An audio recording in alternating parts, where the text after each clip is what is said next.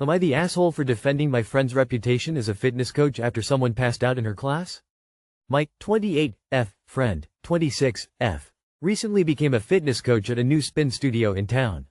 She was really nervous that no one would show up to her first class. The studio offers a free first class, so we both texted a bunch of people to help fill it up. It worked. We ended up booking the entire class. One of the people who showed up was a 34M, let's call him Mike. He's one of her friends and is on a big weight loss journey. He's already lost 50 pounds and still has a ways to go. I really admire how committed he is. Halfway through the class, I heard some commotion and someone screamed. I was across the room and couldn't see what was happening. Turns out Mike had fainted and fell, hitting his head.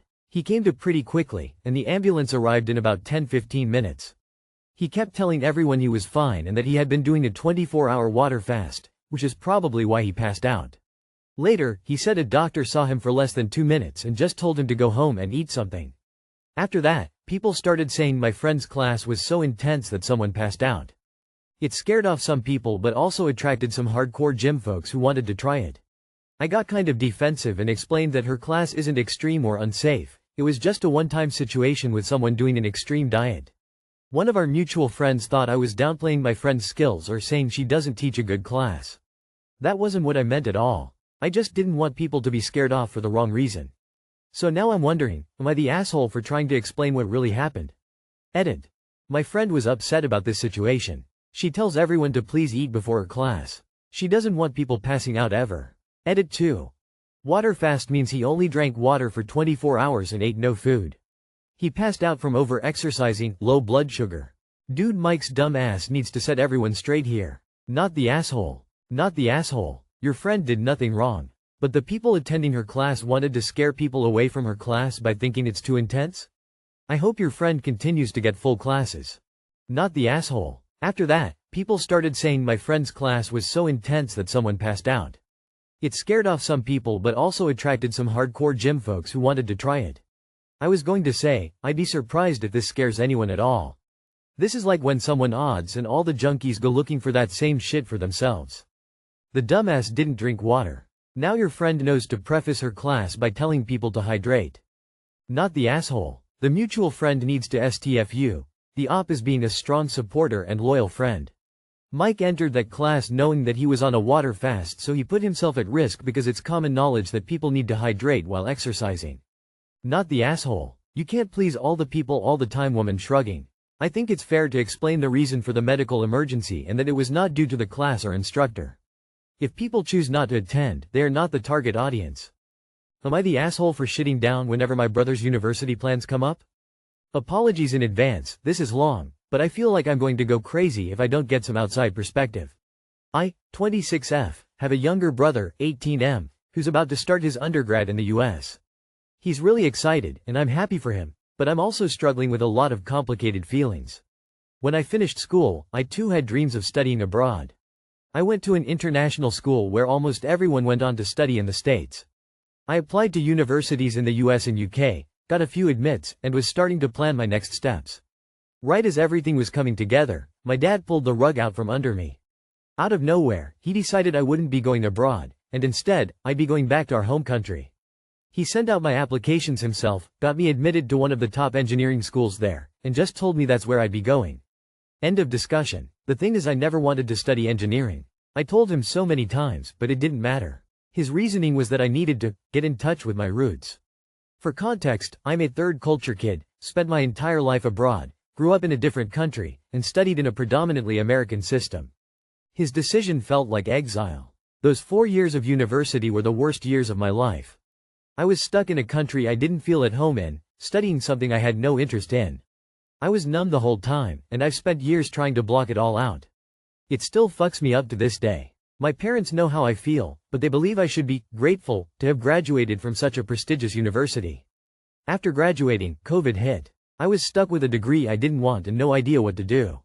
Eventually, I decided I would pursue a master's, but this time on my terms. Fast forward 3 years. I built a life I love, I live in a great country, I have a job I actually care about, and I'm happy. But now my brother is going to university in the US, the exact path I wanted to take. He said he wanted to study there, and they supported him without hesitation. And I'm finding it impossible to process. I feel so fucking angry. I feel like I was robbed of a future I could have had. Every time someone brings up his college plans, I feel like I'm choking. And so I stay out of family discussions. My parents have noticed, and when I tried to explain why, they called me jealous, fake, and ungrateful. They told me I have no right to be upset since everything worked out in the end. They said I should be supportive and present during this important phase in my brother's life. But it's true, I am jealous. Not because I don't want my brother to have this opportunity, I do. I'm glad he gets to live out his dream. But I'm angry that I didn't get the same chance. That I was given no choice. I just resent my parents and the unfairness of it all. And so I stay away. Question is, am I the asshole for still being upset about this, even though things have worked out for me now? Not the asshole. I'm willing to bet your father wouldn't let you go because you're a woman and he's therefore more controlling of you. Not the asshole. I wonder how much your gender influenced their actions. Boys tend to get preferential treatment in a lot of cultures. But it could also be that they realized their actions caused your animosity and don't want to repeat that with your younger sibling. I would suggest talking to your brother. Tell him that you're genuinely happy for him and are proud of him, but that you're bitter about the different way you were treated at that stage of your life. Make sure he knows that your anger and bitterness is towards your parents, not him. It is always hard to be the unfavored child. This isn't your brother's fault, so I'd have an honest talk so he knows this isn't about supporting him. You will have to make peace with this, but you are an asshole if you can't do it quite yet. Not the asshole. Look, it does kinda suck for your brother, but that sounds terrible. Why do you still talk to your parents if they obviously don't care about you? What do you get out of it? Not the asshole. Your parents are supporting your brother in a way that they refused to support you. Of course you're upset about it. The fact that you eventually made a good life for yourself does not excuse the harm that your parents intentionally did to you. While pretending that it was okay or whatever. Not the asshole. Your brother may deserve your support, or at least your encouragement. You may tell your parents, from an aging Lebanese American lady on the internet who has grown kids, that everything worked out in the end doesn't excuse them for causing you unnecessary pain. The reason things worked out is because you fought for them to work out, went and earned your masters and pushed to build this life you love. But you are only 26. Your path, kid, and should have been easier. If your parents can't understand that and recognize that they were at fault for it, you may have to keep some space from them. But you are at least on your way to the future you should have had, so I hope you're not thinking of it as something forever out of reach. You're getting there. Courage. Am I the asshole for not giving his ashes to my husband's children? My husband had been sick for a long time. I was his carer and was able to work from home to be there when he needed me. When we went to hospital, I was his advocate. His children would call or stop by just to ask for money. I even gave up a works bonus to give it all to his daughter. We took £1,000 out of our limited savings to help the other with the understanding she would pay it back. We did not expect massive payments, just like £20 a month. My husband finally realized what they were doing and stopped giving them money. This was about 2 years before he passed. The girls stopped calling or coming by at all once the bank dried up. I could see how badly it affected him. At times he would just stare off into space and say he missed them. Both girls had changed their phone numbers and had moved from their home, so he had no way to get in touch. Our numbers were the same. The landline was about 10 years old and the mobile's about 8 years. So they could have called any time or stopped by, as we had been at that address for 14 years. My passed at the end of December. It was really unexpected as he was doing okay. I was absolutely hysterical about his death. And then I found out the coroner may wish to do an autopsy as it was unexpected. The time of year made a backlog of cases for the coroner, so he had to wait. It took me a week to even think of notifying his daughters. I realize I should have tried to reach out earlier, but I was not doing well with the loss. I remembered one of the daughters having a Facebook account, so I looked through and found her. I sent her the message, "Please call, urgent." I got a call almost immediately and told her what had happened. About 20 minutes later there was frantic knocking on the door. The younger of his girls was out there spitting fire. It took me a week to tell them. She asked when the funeral was being held and we told her we didn't know but would be telling them the minute we found out. She accused me of lying about it and that I wouldn't let them know when their own father's funeral reel would be. A few days later I started get text messages with, "I want this item or that one." It was becoming ridiculous. I rounded up everything that had been theirs and gave it to them. Plus more from the texts they asked for. It was funny, after 2 years of silence suddenly they wanted rings of his. I was finally able to arrange his funeral and a few days later his ashes were delivered to me. The final text I got from them was, "Can we have some of his ashes for remembrance jewelry?" I said no. I told them my husband had never even wanted me to notify them he had died, so I was going to give them any of his ashes. Am I the asshole for not giving them some of his ashes? Edited. I get that a lot of you are condemning me for the late notification of their father's death. I understand where you're coming from. What you have to understand is I got up to use the toilet at 3 a.m., went back to bed next to him, and then woke up at 5 a.m. and he was gone. He had a DNR in place, so I couldn't even try to give him CPR. The doctor was called and I sat downstairs waiting for the results of the exam to verify his death, and I honestly thought the doctor was going to say I have arranged ambulance to rush him to hospital. Instead, he said his condolences. Called the police to stand guard over our bedroom till the coroner got there hours later. I was in such shock I sat in his favorite chair for days, barely ate, and just stared at nothing. It took a week for my brain to even comprehend he was gone. Kept thinking he was just at hospital. I have learned since that the trauma of waking up next to him kind of shut my bat-in down to try and protect me from the pain. So I agree they should have been 2D right away, but I was in no state to think rationally, and as soon as my brain started working I tried to find a way to contact them. I have the feeling there's more to this story. Why did they not have a good relationship with their father? What is your relationship with his children? Did you play a role in their parents' divorce? Why did you get his whole estate? Did he actively write his children out of his will? Edit. I have a hard time believing anyone forgetting someone's children of their father's death. No assholes here, this is a tricky situation.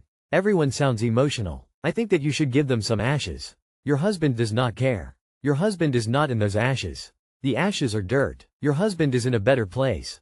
If the kids want dirt, what does it harm you to give them dirt? Anyway, make the choice that you can live with best. I am sorry for your loss. Not the asshole. Do what you want with the ashes and block communication with his freeloading kids. It takes time to grieve and you don't need the irritation of dealing with selfish brats.